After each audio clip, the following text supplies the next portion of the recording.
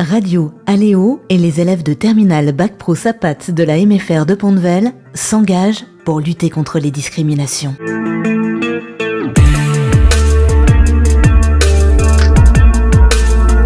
Nous sommes là aujourd'hui pour parler des discriminations qui touchent parfois les enfants dans les établissements scolaires.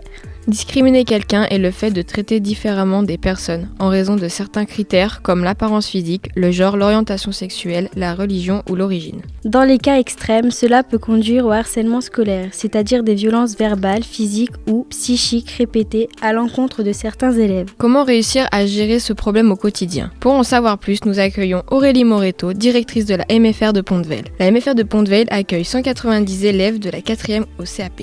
Bonjour Madame Moreto. Bonjour. Pour cette interview, nous avons réalisé une enquête auprès de 62 élèves de votre établissement. Ils ont bien voulu nous parler des discriminations qu'ils ont vécues durant tout leur parcours scolaire. Les réponses à ce questionnaire vont nous permettre de vous poser quelques questions. Sur les 62 élèves qui ont répondu à notre questionnaire, 40 affirment avoir déjà été confrontés à des discriminations. Est-ce un chiffre qui vous surprend ? Oui, je suis surprise. Le principe en maison familiale, c'est que nos portes sont ouvertes dans les bureaux pour venir voir les moniteurs, pour venir voir la directrice. Et il me semble que la discrimination, c'est un sujet vaste mais très important et ça peut être dangereux. J'ai quelques fois des élèves qui viennent me voir pour en discuter.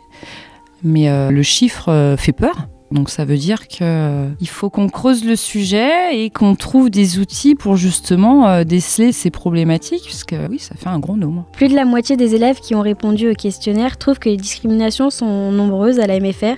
Avez-vous déjà été témoin ? Si oui, comment avez-vous réagi ? Témoin, non. Par contre, j'ai déjà reçu des jeunes dans mon bureau ou des moniteurs qui m'ont parlé de discrimination. On a la chance en maison familiale, comme je vous disais tout à l'heure, de dialoguer pas mal avec nos jeunes, mais preuve que pas assez. On a mis des outils en place, dans le sens où on a des délégués de classe, on a des bilans en fin de semaine où les jeunes peuvent s'exprimer et faire remonter des infos. Mais après, c'est vrai qu'il y a des sujets qui peuvent être plus compliqués. Pour ça, on a ouvert aussi un point écoute, pour que les jeunes puissent justement, individuellement, venir voir un adulte pour discuter de leurs problématiques. Alors, les formes de discrimination, il y en a plein. Alors, le problème, c'est que c'est pas forcément évident à déceler, c'est pas évident pour le jeune, je pense, d'en parler. Les témoins, c'est pas évident aussi de venir dire les choses, et peut-être que nos outils sont pas suffisants. Pour quel type de discrimination vous avez reçu les élèves ? Alors, j'ai reçu des élèves et un moniteur par rapport au racisme. Notre enquête a montré que les témoins n'osent pas toujours agir face aux discriminations. Les élèves ont peur, sont intimidés, ne savent pas quoi faire ou tout simplement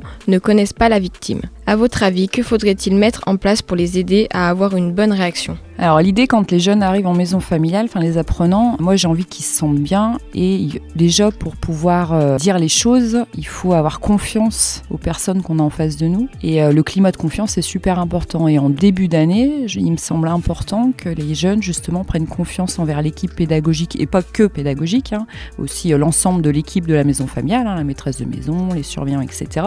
Pour que justement, une fois que le climat de confiance s'est installé, les jeunes puissent venir voir facilement l'adulte. Après, je pense qu'il y a d'autres outils à mettre en place, notamment je pense à la boîte à suggestions entre guillemets. Alors pas suggestion, mais il y a peut-être des problématiques. Les jeunes n'ont pas forcément envie de se confier envers un adulte, mais c'est peut-être plus facile d'écrire sur papier et de laisser ça dans une boîte, et après on traite les messages de la boîte. Ça pourrait être une idée, ça.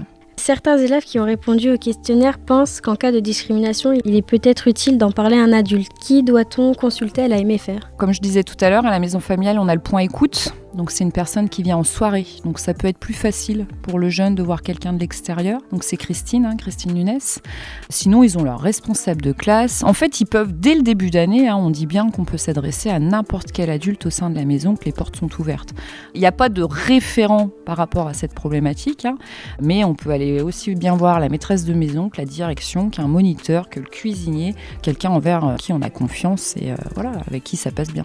Près de la moitié des élèves qui ont répondu au questionnaire disent que les discriminations viennent également des adultes. Pensez-vous que certains adultes peuvent ne pas avoir conscience qu'ils discriminent parfois des élèves ? Oui, dans le sens où alors la discrimination, comme je disais, c'est un vaste sujet. Il y a plusieurs formes de discrimination, mais le fait, par exemple, de travailler en classe avec un téléphone portable, les jeunes qui n'ont pas de téléphone, ils peuvent pas. Des moniteurs, sans en avoir conscience, prenez vos téléphones, on va faire des recherches. Le jeune qui n'a pas de téléphone, quelque part, c'est de la discrimination. On n'y pense pas, mais voilà. Donc je pense qu'inconsciemment, à certains moments, on peut faire de la discrimination sans s'en rendre compte. En tant que directrice d'un établissement scolaire, est-il difficile de mettre en œuvre les moyens nécessaires à la lutte contre les discriminations ? Non, je pense que c'est pas difficile. On a quelques outils déjà mis en place, mais il faut toujours être en veille, justement, de nouveaux outils pour justement arrêter ce fléau. C'est de plus en plus problématique. Pour lutter contre les discriminations, des élèves ont proposé d'accueillir plus de personnes en situation de handicap, des boîtes anonymes ou encore des coins écoute. Avez-vous déjà pensé à mettre en place ce genre de solution ? Oui, alors on a déjà mis des choses en place. Donc on a le point écoute avec Christine Nunes. Donc ce qui pourrait être intéressant, c'est de mener une enquête auprès des jeunes pour voir si la manière dont fonctionne ce point écoute satisfait tout le monde. Voir les pistes d'amélioration qu'on pourrait mettre en place. La boîte anonyme, alors elle n'est pas mise en place, mais je pense que ça pourrait être intéressant de le travailler. Alors réfléchir à comment on la met en place, où, qui la gère, comment on gère les idées. Voilà, et puis continuer à être vraiment à l'écoute des jeunes et vraiment faire passer le message en début d'année, et peut-être qu'on n'assiste encore pas assez pour montrer aux jeunes qu'on est là pour les soutenir et les aider en cas justement de mal-être suite à la discrimination, s'ils se sentent discriminés. Nous remercions Aurélie Moreto, directrice de la MFR de Pont-de-Vel, d'avoir répondu à nos questions sur les discriminations scolaires. Si vous êtes concerné par des moqueries répétées, sachez que le 3020 est un numéro gratuit d'écoute et de prise en charge au service des familles ou des victimes. Ce numéro est mis à la disposition des élèves, des familles et des professionnels pour signaler les situations de harcèlement scolaire. Merci Aurélie. Merci à vous.